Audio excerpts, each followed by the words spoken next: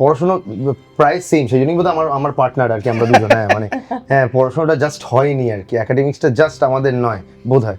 তো হয়নি, বাবা মা হাল ছেড়ে দিয়েছে। বোন খুব ভালো পড়াশোনায়, পুরো মনোযোগটা ওর উপর চলে গেছে। সো আমি কি করছি না তারা জানতেনও না, এরকম একটা অবস্থা। তখন আমি থিয়েটার করছি, এবং তখন আমি গান বাজনা করছি, ব্যান্ডে গান গাইছি, থিয়েটার করছি, এবং থিয়েটার রঙ্গকর্মীতে করি। ওইখানেই আমি ঘুমিয়ে পড়ি চাতালে, ওই এই দিয়ে কিংসু কারামি, ওই কিংসু কারামি আমরা ওখানে ঘুমিয়ে পড়ি।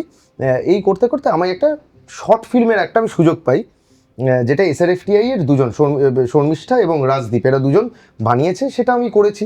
এবার বাবাও যেহেতু থিয়েটারে ছিলেন, তো তখন যিনি SRFTI ডিন ছিলেন বাবার বন্ধু ছিল, তো বলেছে যে সমর এরকম একটা ভালো কাজ হয়েছে, যেটা কিন্তু টেলিগ্রাফে ছবি টবি বেরিয়েছে, তুই আসবি দেখতে। তো বাবা দেখতে গেছে। আমি তখন পনেরোতে ফুটবল খেলছি, আর তখন একটা ছোট্ট ফোন আছে আমার, সেটা বাবা দেখেছে।